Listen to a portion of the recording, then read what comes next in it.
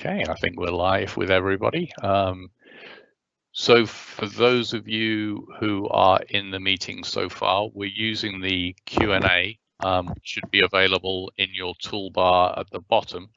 And just to get familiar with the Q&A, if you could like one of the three categories we're giving you. So tell us, maybe what section you represent. So far we have a couple from academia, 4 from industry, and 1 from sales and other. So we're going to wait a few minutes just to let people come into the meeting and fill up a bit. But if you could fill in the Q&A, and later on in the meeting, we will do our best to answer questions that come into the Q&A. So this should give you a chance to work the Q&A. So it's just on the bottom of your toolbar. And if you can like those comments, that would be great, so we can just see. And we'll go live probably about 11. Well, we'll actually start at about 11:03.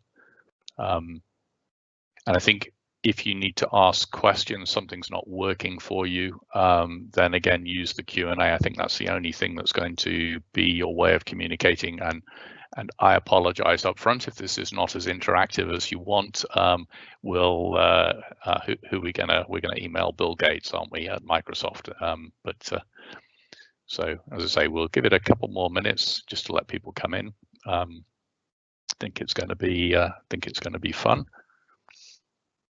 Obviously, I'm speaking to you from Otterville.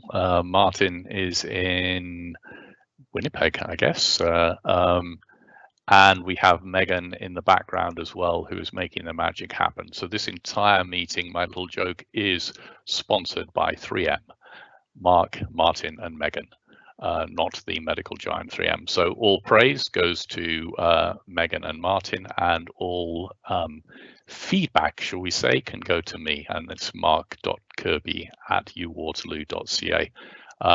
I don't know, Megan, if you can just put that in the Q&A, my email address, so people know where to send their complaints to. So we'll give it another minute, and then we'll kick off. So again, anybody who's coming in, if you can go to the Q&A, just like what part of the spectrum you're from. We've got five from student academia, and 4 from industry, and 2 from sales and other.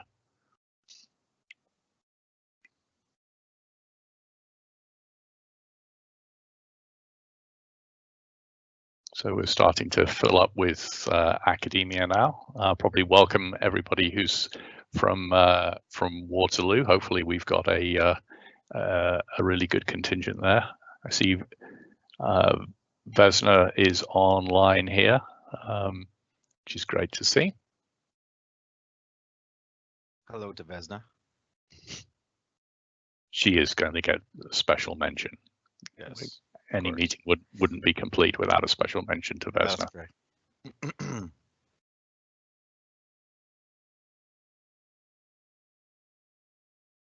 Okay, so time's ticking along. So we're scheduled really for this to run. We should be done by high noon.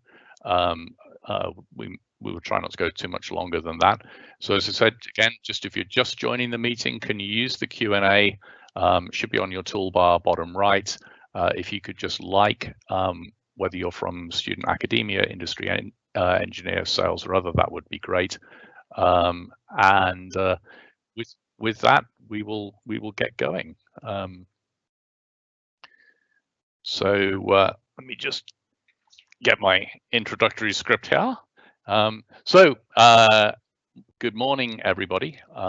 Welcome to what's going to be the first in a series of stories that's hosted by Waterloo's MSAM. So what is MSAM? I know Elon Musk doesn't like abbreviations, does he? So MSAM is multi-scale additive manufacturing. So we just refer to ourselves as MSAM. And the idea of this series is to look at a problem that's at least being partially solved by 3D printing. Ideally, it's going to be a Canadian story, and it's going to be compelling. And you know, today, it's a fantastic story that Martin has for us. I think nobody would deny that COVID is a big problem facing all of humanity. So today's talk is catchily entitled "Agility in a COVID Crisis." And the story is really about agility and how 3D printing plays a part of that. The specific bit of 3D printing today that will be featured more than most is something that's catchily called VAT, photopolymerization. And it's one of the 7 wonders of additive manufacturing. There are at least 7 different types of additive manufacturing, and within those types you'll see there are lots of different flavors. And again, this is about how does this technology help solve a problem. So it's not a deep dive into the technology, we can certainly do that, but this is really to put it in some context, how does it help solve a problem. So you know, an appeal to everybody coming in. Again, please fill in the Q&A on the right. Just tell us where you're from, and any questions that you have, please put them into the Q&A and we'll answer them later on. But if you have a story that you'd like us to tell that features one of the 7 wonders of additive manufacturing, then please do reach out to me. My email's in the Q&A. So with that, I'd like to give, I said Vesna would get a special shout out. So Vesna Kota, she works absolutely tirelessly with the SME in Toronto and with a fantastic organization called Women in 3D Printing. So if you are a woman in 3D printing, you really should join that organization. And she has described our guest today as a national treasure, and she's said that is just her opinion. Hopefully all of you can form your own opinion by the end of this, and I'd be surprised if you disagree with that. So you know, rather like the Oscars, why don't, you know, Martin is up for an Oscar. Maybe we can start with a short clip from Precision ADM. Megan, if you could play that video for us, please.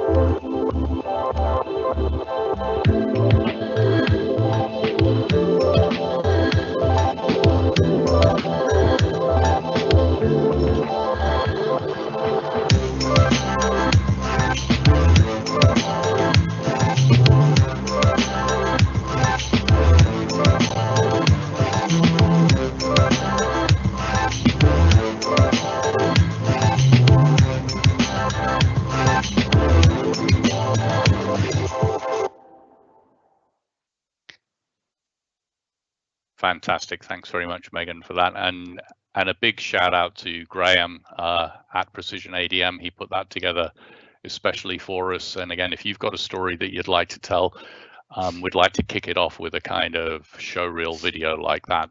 Fantastic. And hopefully that's going to prompt some of you with some questions. Again, please use the Q&A on the right to put your questions in as we go along. And again, if you just joined the meeting, if you can tell us where you're from by liking one of the first 3 statements, that would be great. So I'm going to kind of keep Martin waiting just a little bit longer because what I want to do now is have a little look at this specific technology that's behind that. We saw some of the CANSOB being produced, but we're going to have a look now at this process called VAT photopolymerization, which does involve lasers. And like to have a big shout out to Formlabs, who again put this video together especially for us to just show how their flavor of VAT photopolymerization works. So Megan, if you could play that deep dive video for us, please.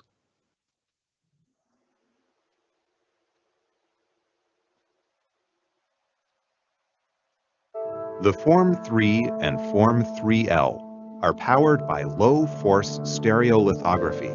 This advanced print process adapts to your part's geometry to consistently deliver flawless prints. At the heart of the machine is the Light Processing Unit, or LPU, an enclosed laser system that uses spatial filtering and a parabolic mirror for uniform illumination across the build area. A flexible tank reduces forces while printing for incredible surface finish with fewer supports, while the LPU provides precisely controlled linear illumination for accuracy and repeatability. Another advantage of LFS is that it works at scale. The Form 3L uses 2 staggered LPUs to offer 5 times the print volume.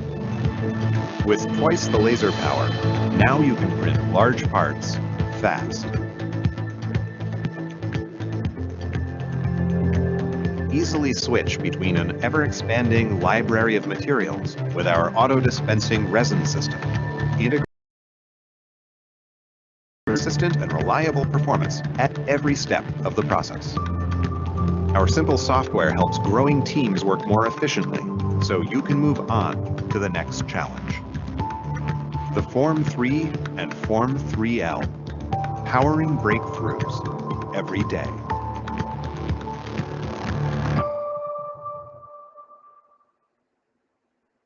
Great, thanks for that. And thank you to Formlabs for sharing that. So I'd like to introduce our main guest today, Martin, Chief Executive of Precision ADM.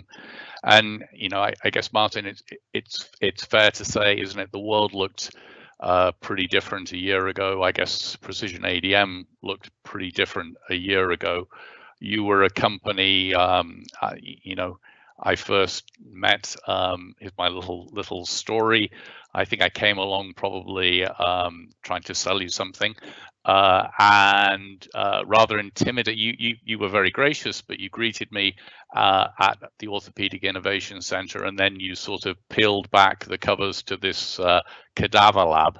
I thought, crikey, this must be where failed salesmen go to die. Anyway, so I'm sure there are some in the audience who would like to work with you. Tell us, Martin, how did Precision, who's a company I think of as primarily having expertise in and being focused on metal, how did you get into becoming the world's largest producer of the CANSOB? And you know, tell us today, do you happen to know how many have you produced so far? Tell us a little bit about that story, please, Martin. I will. First of all, I just wanted to thank you, Mark, obviously, and Megan, and obviously Graham for providing these great videos. I wanted to thank MSAM and the University of Waterloo, obviously, for having me today. It's great to be able to do these types of things and just kind of share let's just call it sometimes war stories and sometimes just amazing stories that can happen at difficult times. I understand the world is a very different place, as you mentioned, Mark, and it was for ourselves as well, back in January. But if we back up a little bit before to answer your question, yeah, we've manufactured just shy of 3 million swabs to date. And yes, so if, to answer your question even better, talking about, where we came from, and which is the Orthopedic Innovation Center, we have a very strong background in medical on the clinical side, as well as materials testing. Precision ADM started back in 2015, which was already starting a few years prior to that, but actually was a company in 2015. And now it's 2020, and things have really changed, obviously, in 2020 for our organization that went from, beginning a medical device manufacturing company that is focused on metals, because we saw the synergy of obviously medical implants that were titanium, cobalt, chromium, stainless steel, etc. We also saw the opportunity for us to really leverage a lot of that same material and process development, quality development into the aerospace sector. So we became a company that was really focused on metals and medical devices, as well as aerospace components, with also literally an industrial opportunity as well, because of the similarity of materials to offer industrial solutions. So that's really all of a sudden from 2015 to 2020. That's what we did, is develop that medical capability and aerospace capability with metals. So in 2015, Precision ADM was founded. You had the Orthopedic Innovation Center. I remember you had one of the world's largest collection of implants that get taken out of patients and analyzed. So this fantastic library. But Precision ADM was born in 2015, presumably with your first machine. And we sort of fast forward to the beginning of 2020. How many machines did you have, and how many were metal and how many were plastic at the beginning of 2020? And then, what happened when COVID hit? Yeah, so we were mostly focused on the metal side at Precision ADM. We had some polymer capabilities at the Orthopedic Innovation Center, and actually my roots are on the polymer side. I have a few patents on drug-eluting materials where they could be used for medical devices. And so actually my roots were on the polymer side, and we had a strong background in understanding polymer additive manufacturing from the OIC side. As we translated into the medical side at Precision ADM, there was a pivot to the metal side, which we didn't have at OIC. And we wanted to really focus on the commercialization of those medical devices and becoming a contract manufacturer.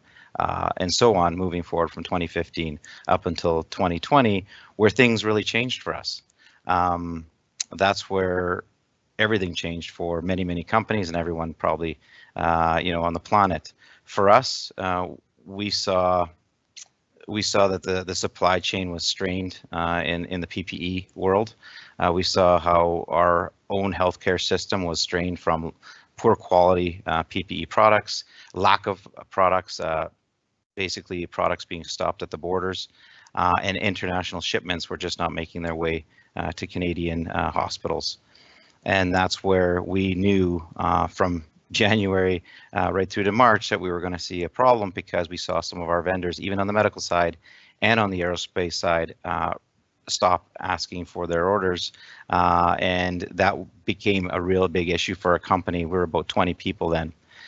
Since then, things have changed, as you can imagine. We were approached to provide some medical supplies. If we knew anybody that could provide medical supplies, such as nasopharyngeal swabs, and right away we realized that maybe there's something for Precision ADM with our experience on the medical device side, our certifications, all of those things kind of ramped up, and then we realized we needed to help out, and that kind of set a new stage for Precision ADM, our staff, as well as the Orthopedic Innovation Center, as many of their clients as well, stopped doing the necessary research and development because they were cutting back. And so together, as both organizations, we thought it was very, very important to help out locally and hopefully nationally at some point. And that's where the CanSwab was actually born. And from there, we moved on to developing the CanSwab.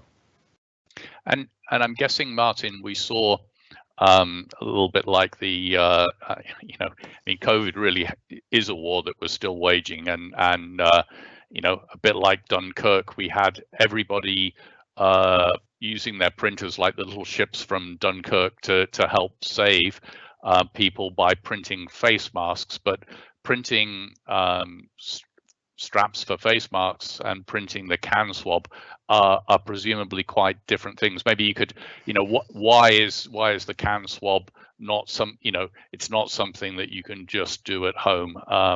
Maybe you can talk a little bit about that, because it's not something that we've seen everybody do. Right, exactly. So I guess I'll back up and I'll just say, what happened was there was this challenge, and you looked at additive manufacturing, which we had, which is a core of our business, and how can we scale that somehow to help out with the pandemic and some of the critical PPE. So how did we become that a very large supplier globally of these types of medical devices? So first of all, it was a staggering amount of work to manufacture a medical device. It's always difficult to manufacture a medical device. It's even harder when you're trying to do it in a few months from scratch. Yes. That's one of the biggest things that were, obviously a very difficult challenge today, because it's a regulated product. It's a Class 1 medical device. So the simple answers was a painstaking amount of work, but people understood the vision. Our people understood the vision of what we were trying to do. And I think that with some of our background in design for additive manufacturing and the ability how to scale, understanding the material properties, that was crucial for us to actually pivot that and scale it to as large as we have recently. And because it's not a popsicle stick, as some might think, it truly is a medical device, and everything about it is no different than how we designed a spine implant. So in the past, we've manufactured spine implants, and you have to go through a series of testing and obviously certification, validation, verification, installation of your every piece of machinery has to go through a process, IQ, OQ, PQ. So installation qualification, operational qualification, and performance qualification of these devices. So, it's not exactly just hitting the button and just like a cappuccino machine and out you get this perfect cappuccino. It's definitely not like that. Let's just call it the process involved around the manufacturing of a medical device is different than just creating a 3D object, which as my daughter, who has a little 3D printer at home, and my son, who manufacture little widgets, they can hit print and they walk away. And there are very few engineering requirements of such a product. When we have a medical device and you have to put this device through the healthcare system, the healthcare regulatory system, Health Canada, and in some cases you might have other types of certifications that you require. There's a lot that goes on to creating a medical device. And then once you do that, you also may have to make sure that you can provide enough of them. So when we were asked to initially manufacture 500,000 by our local government, and then later on we were asked to manufacture millions of these over the course of a year, that becomes a whole new challenge. And so to scale that and to create a medical device repeatably with additive manufacturing was a significant challenge. And so it might look like it's you just press a button, but all innovations look pretty easy when they're once they're completed and humming along. It's all that other boring stuff like design, testing, material qualification, sterilization, regulatory, scaling issues, all that stuff is in the background of creating that very simple popsicle stick that we end up putting into somebody's face, inside of their nose, and back into the back of their throat, and have to repeatedly, hopefully, carry enough cells back to a lab that we can determine whether or not they may have passed or failed a COVID test. So there's a lot that goes on to developing even a simple, basically disposable instrument like a nasopharyngeal swab. So I imagine it's critically important that this thing doesn't, for example, snap inside somebody's nose or cause any damage. So you talk about materials. Can you talk a little bit about why was that photopolymerization the best way to make this device? If that's not we all see lots of, I'll call it plastic printing. There are different ways to print plastic. Why was that was it immediately obvious this was the right way to produce it, as some materials constraints, some volume constraints? Maybe you could talk a little bit about that, Martin. Additive manufacturing is not a tool for everything.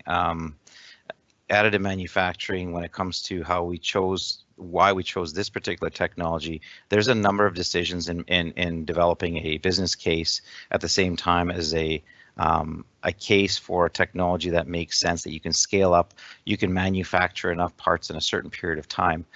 Clearly, you can make a swab potentially out of many different polymer technologies, fused deposition modeling, binder, jetting, all that, except everything is very, very focused on the material properties and how that material property might behave in the post processes.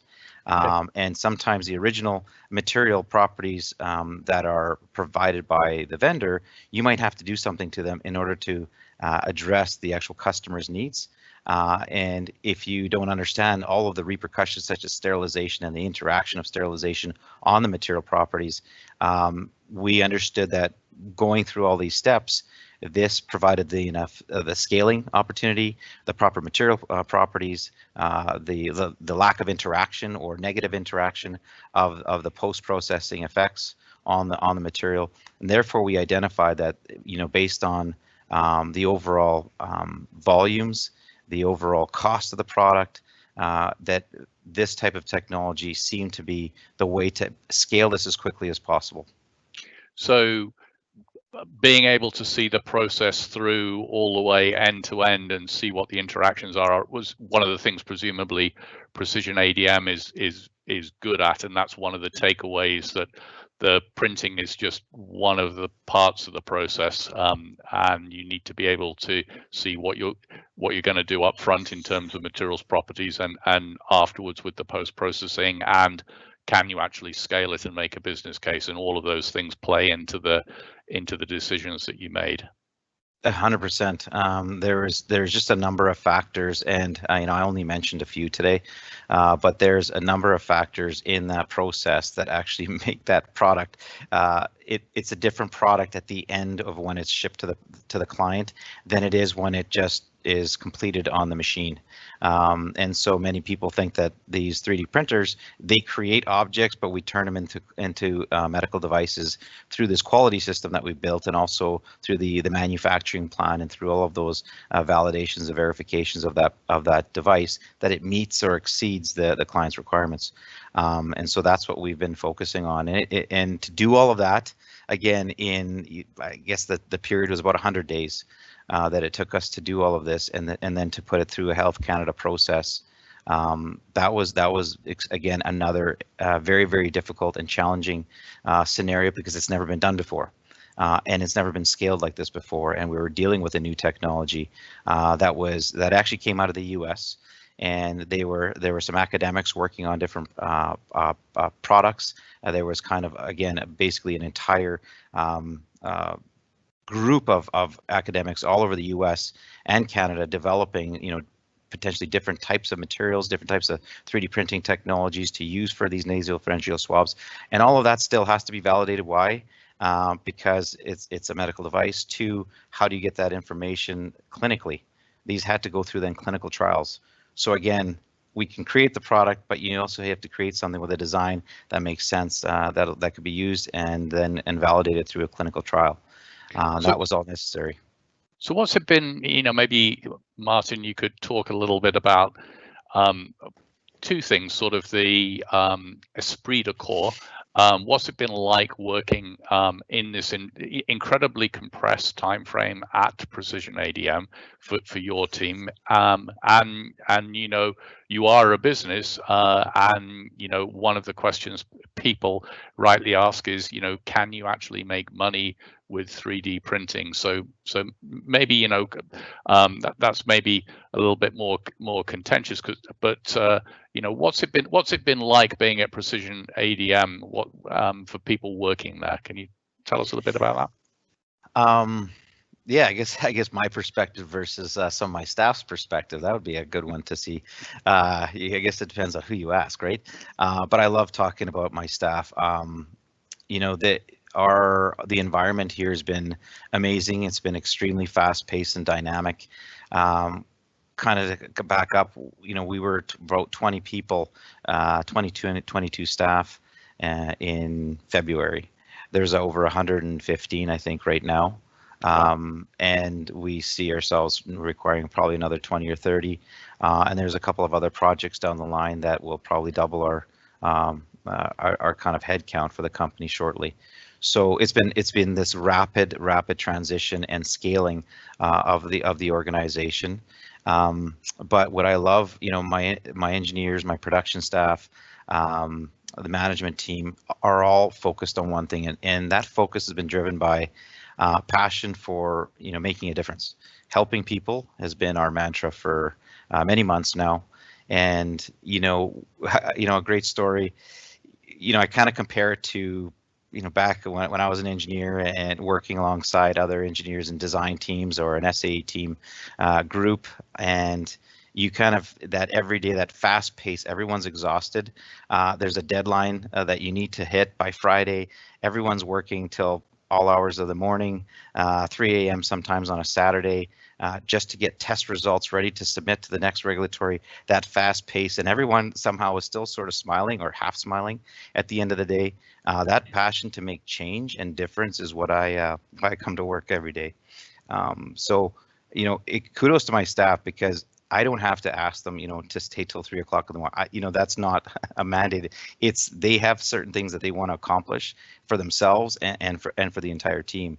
And so that's what it's like working at Precision ADM. So I'm obviously very fortunate to be working with my staff and very inspired by these young, highly driven and motivated staff that are very talented.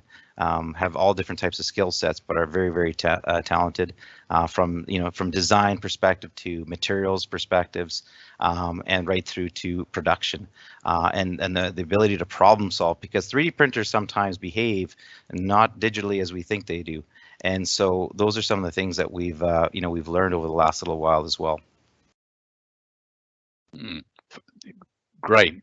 So that, again, just in our Q&A, we were looking at the makeup of our audience, and we've got quite a few from who are students right now. Would you say, Martin, is the future bright for people who want to get into additive manufacturing? You say you're looking to grow. What kind of skills are you looking for? Can you talk a little bit about that? Yeah, I think that for the most part, we're always looking for bright minds, people that enjoy extreme challenges. For our a lot of the work that we do has a lot to do with design, has a lot to do with quality. So for everything from quality inspection right through to design for additive manufacturing, that is all still something that we really look to at this point in time. We're looking for engineers to help grow our team. So there's a lot of different, I would say a broad spectrum of talent that we're looking for at this point in time. So well, maybe that's a good segue. You showed what looks like a new product. I think it's called the Precision Air. This looks like a new direction for for your company. Can you tell us, what is Precision Air? What's the problem it's trying to solve? Why does the world need Precision Air? Maybe that will also inspire some of the bright minds who would like to join your team for challenges like that. Right. Perfect. Kind of goes right into what I just mentioned before. Additive manufacturing technologies today are great solutions for certain applications. We were challenged early on with respect to helping out even our local system to find different types of PPE. N95s very early were found to be lack of supply, poor quality. There was millions shipped to Canada that didn't pass their fit tests for the actual fit on your face. They didn't fit properly and therefore did not qualify as a safe product, and they had to be discarded. So we were asked, was there an opportunity to start working on this? Then there was a public tender to bid on N95 development locally, which we were very fortunate to have won. And that became this cascading event. Which way should we manufacture these products? And it came down to some of the overall constraints of the client, where cost had to be factored in, and reusability had to be factored in, and medical applications had to be factored in. And suddenly we had this whole dilemma of, we understood that additive manufacturing, I could get something very quickly, like the plastic injection molded swab, the 3D printed swab, and then we went to a plastic injection molded mask, because we realized that additive manufacturing, just the cost constraints and the speed at which we can output this extremely high volume requirement on the N95 side would not actually work that well. So we really focused on developing a technology that would be focused on the medical client, or in this case, a frontline healthcare worker versus an industrial worker. So those are some of the difference of how Precision Air is very different than an industrial half mask respirator that a welder might need, or that someone working in a mine, etc. They'll use half mask respirators, and unfortunately, right now the global supply of half mask respirators are not designed for medical applications. They are designed for industrial applications. So we took that approach and then scaled it up, realizing that additive manufacturing might not be the best fit. So we chose plastic injection molding as a way of getting a reusable, recyclable mask. And we were able to use it many times. 30 times is what we were focusing on as our kind of goal, and creating a fit that was safer, much more comfortable than a disposable respirator that they currently use. And that fit, comfort, and that overall functionality had to make sense. And so that's where we kind of pivoted into a completely different technology that was also high volume, but it made more sense because the client had a certain, they were very sensitive to cost. They were very sensitive to the performance and repeatability. At the same time, we know they also needed this to go up in scale very quickly. So additive manufacturing was going to solve part of the problem. So we started with additive manufacturing as our prototyping tool. It was critical, but as we moved into production, we had to switch over into a high volume manufacturing process, and that helped our cost to come down and offer our client obviously higher volumes and at a lower cost. So altogether, the new solution is relatively novel. You have this device that now has partially disposable products in it. At the same time, most of it, up to 95% by weight, is actually recyclable. So that's a big drastic change to the design, and it's quite unique on the market today.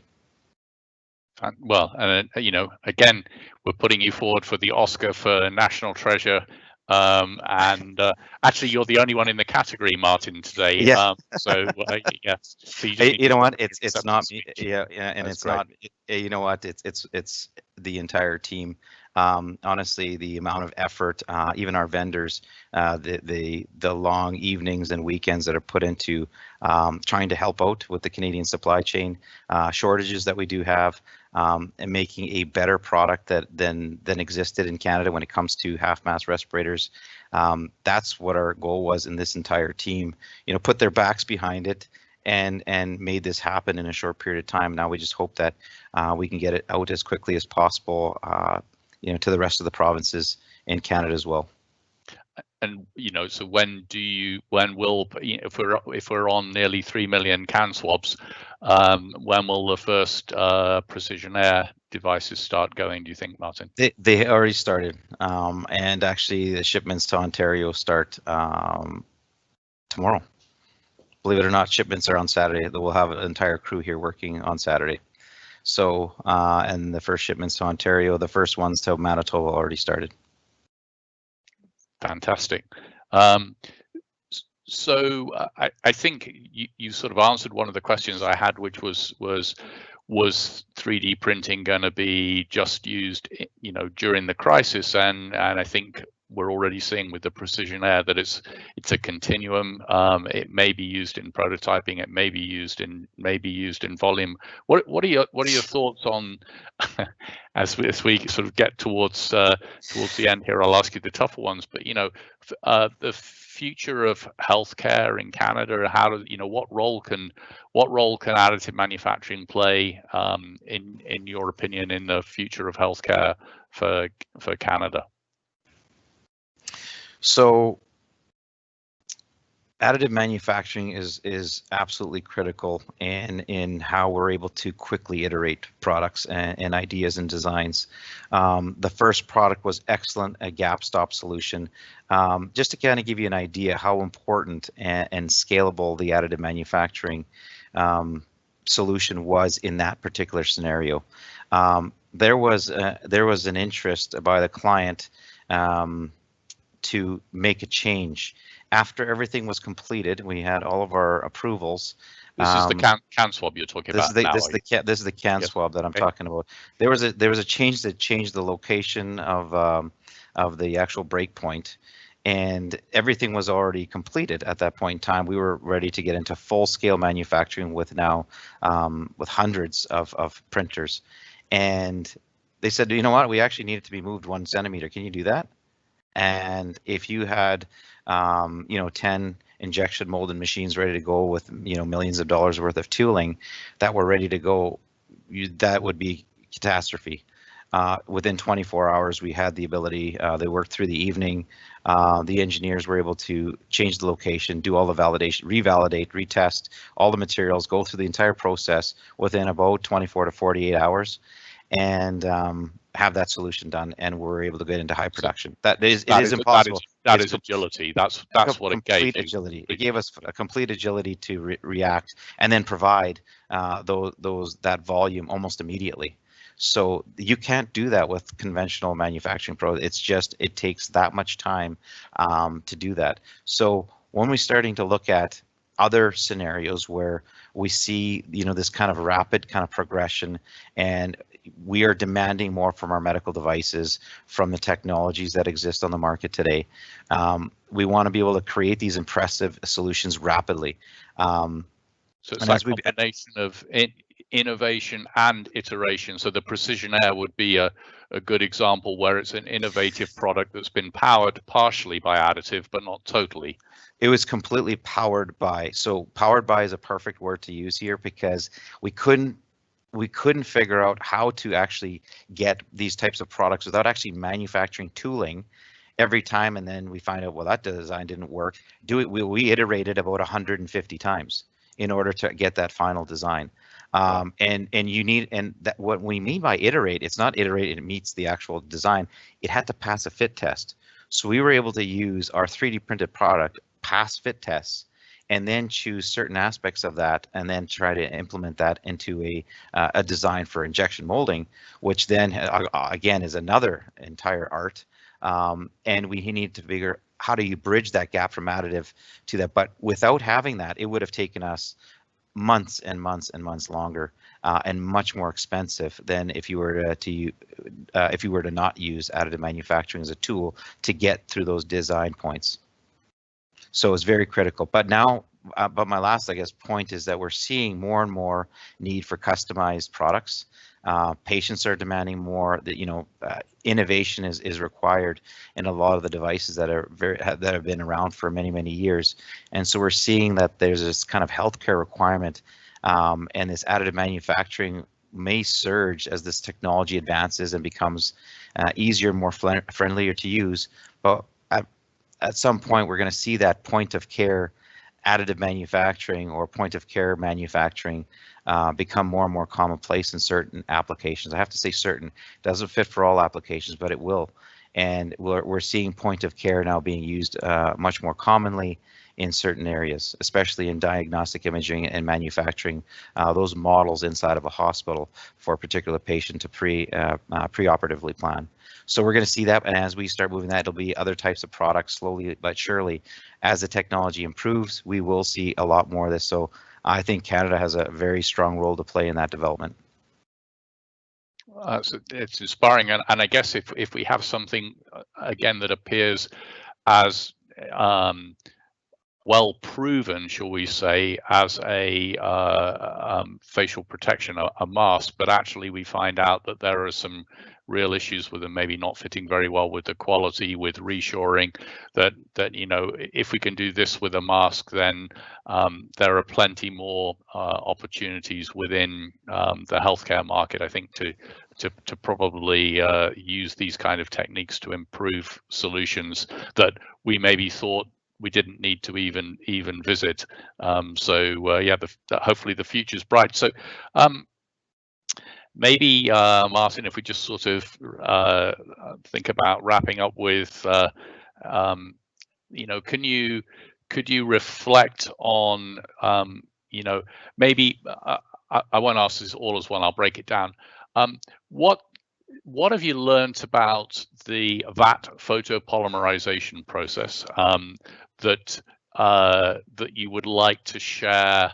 That's not confidential, you said, but something that you've learned as you've scaled. You had a history before within OIC. You knew polymers, but what have you learned about scaling this process up that you might like to share? That maybe isn't something that you can just sort of see on YouTube.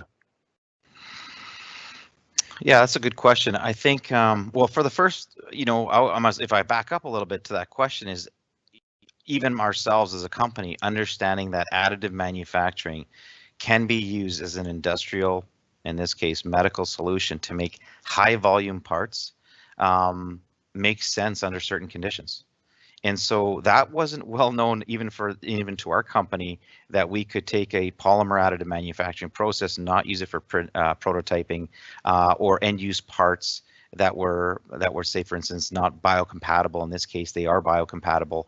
And understanding how a biocompatible material can be scaled up into the millions, that was definitely not known to us. So we did learn. So even as an expert, really you might have been a skeptic yourself. Maybe. 100%. Okay, no, interesting. We are very skeptical of when you introduce the complexity of the human to a particular product. In this case, obviously medical devices.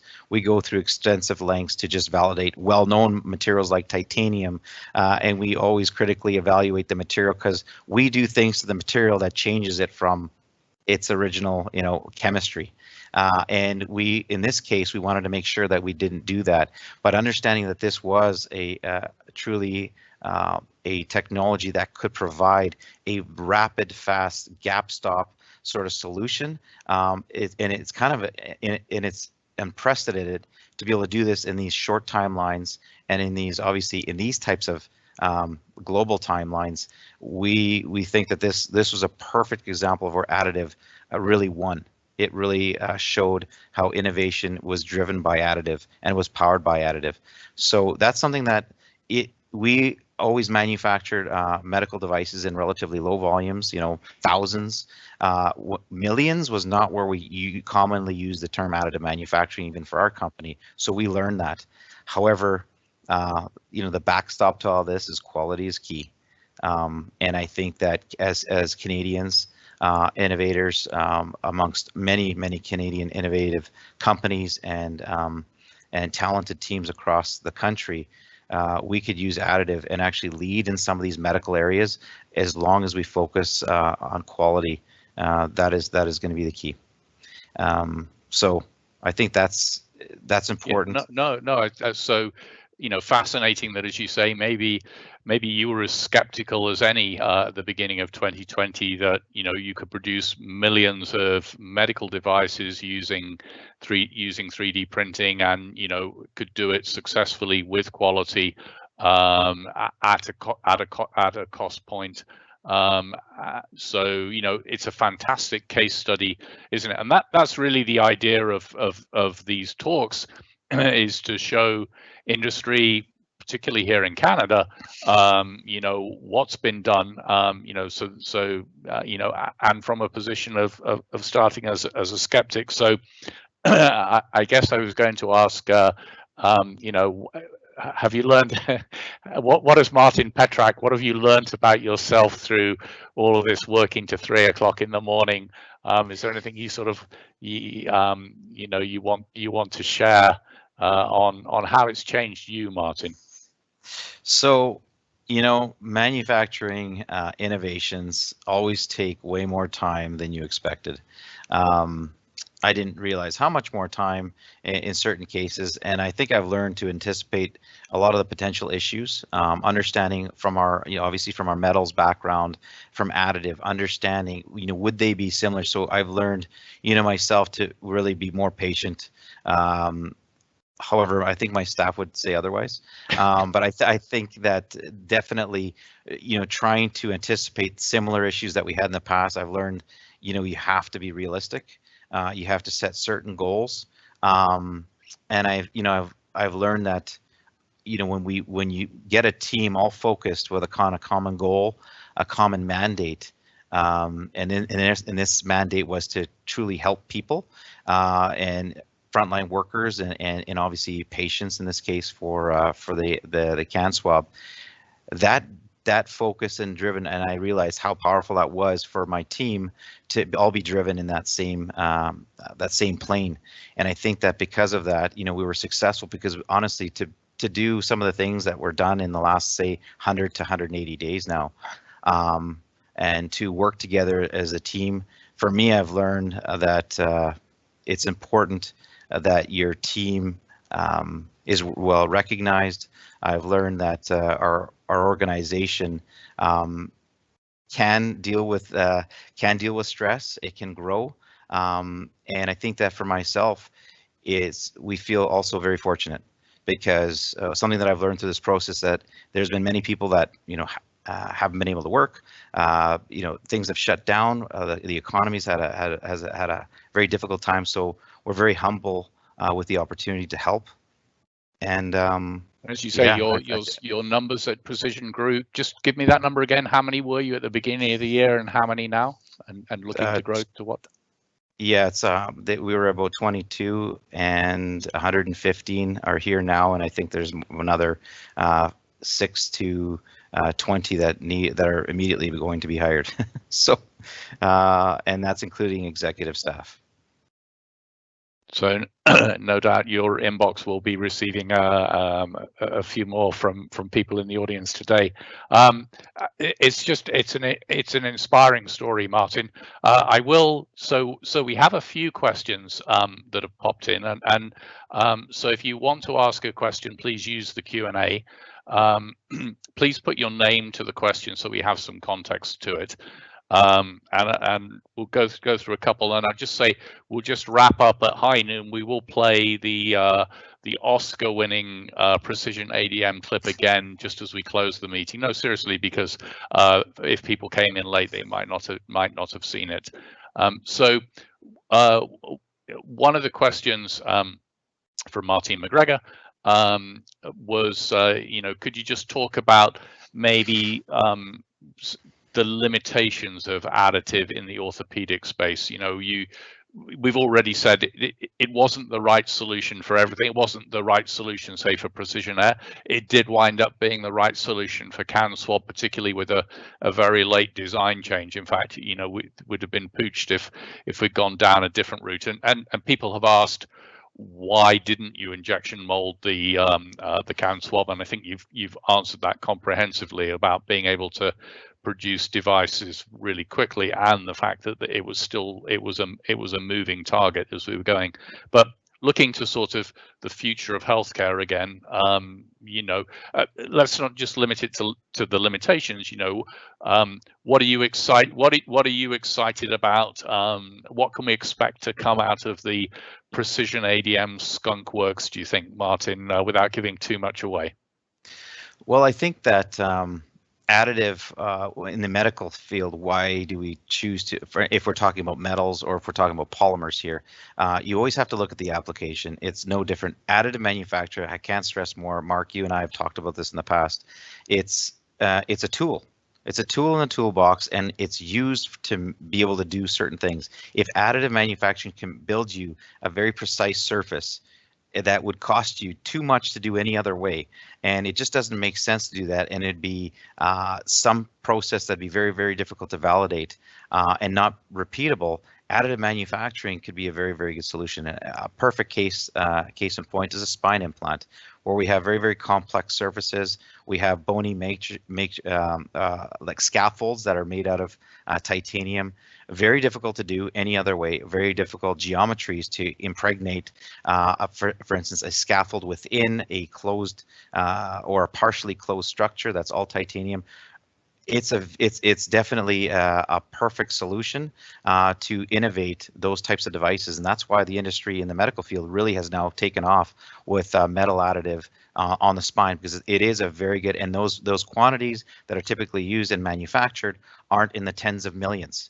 And so when we're looking at additive, it really does make sense to use it for certain types of medical devices. For screws, for instance, it might not be, because those are quickly manufactured on a Swiss lathe machine, and you would probably choose not to do that just because of cost and potentially because of the mechanical requirements might not be, the material property requirements aren't there. So you have to look at what the tool is, how it's used, evaluate it, do all your qualifications on it, and now you have to go to do your verifications, validations of your components. But additive can be used where it's obviously where it functions best at. And in the medical field, we see that there's a number of newer materials that are being released. And I think once we understand those materials and they become validated, they become a new offering potentially. Excellent. So the other question we've just been asking about the talent pipeline. What kind of skills, do you see people? You've learned, as you say, you've learned a lot about yourself. Your people have learned a lot about working under pressure, but being inspired. Are there some skill sets we're short of, Martin? Your opinion? I wouldn't say we're short of. I just say that it's very helpful to have worked in teams, to be part of an SCE group, really understand roles that every member plays. So from design to inspection to project management, team leaders, those are all really important qualities that we look for as we bring on new people, because you're going to be working very similarly in this facility like you may have at university. You want brilliant minds, but you want team players too. So it's important, it's important to have both, for sure. Being a team player is absolutely critical to all of these solutions. They're not done by an individual. Fantastic. Let's just see if we've had anything else just pop in.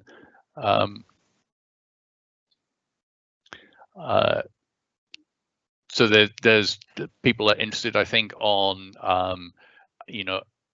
working in a regulatory environment. How many people do you have to have on compliance and QA? I imagine it's a fair number, is it, that are required there? Yeah, so we have our core quality team, and the quality team then depends on engineers to actually play a role in quality as well. So from inspection right through to developing some of the rigorous tests, and to validate those rigorous tests, the quality people have the burden of all the regulatory work, and we depend on the engineers to help fulfill some of those quality tasks that are required. So definitely quality background are very important. And I forgot to mention one really important area that we also look at is materials. Someone with materials backgrounds are critical. In our case, biomaterials are critical, as we know that most of these materials that we are manufacturing, whether it be metal or plastic, will be in contact with the human.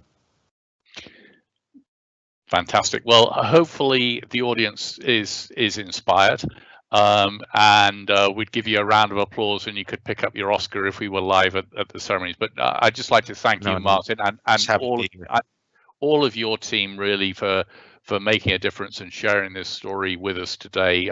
Truly appreciated. And Megan, if you could just close us out by playing the Precision ADM clip again, and I hope everybody enjoyed this. Please email me if you want to share your story, and how we can improve this as a way of really showing how these tools can help solve real problems. Thank you very much, Martin and Megan, and thank you, Megan, very much. Powered by 3M and powered by additive manufacturing. Goodbye, everybody, and play that clip. Thanks, Megan. Thank you, everyone. Thank you, Mark.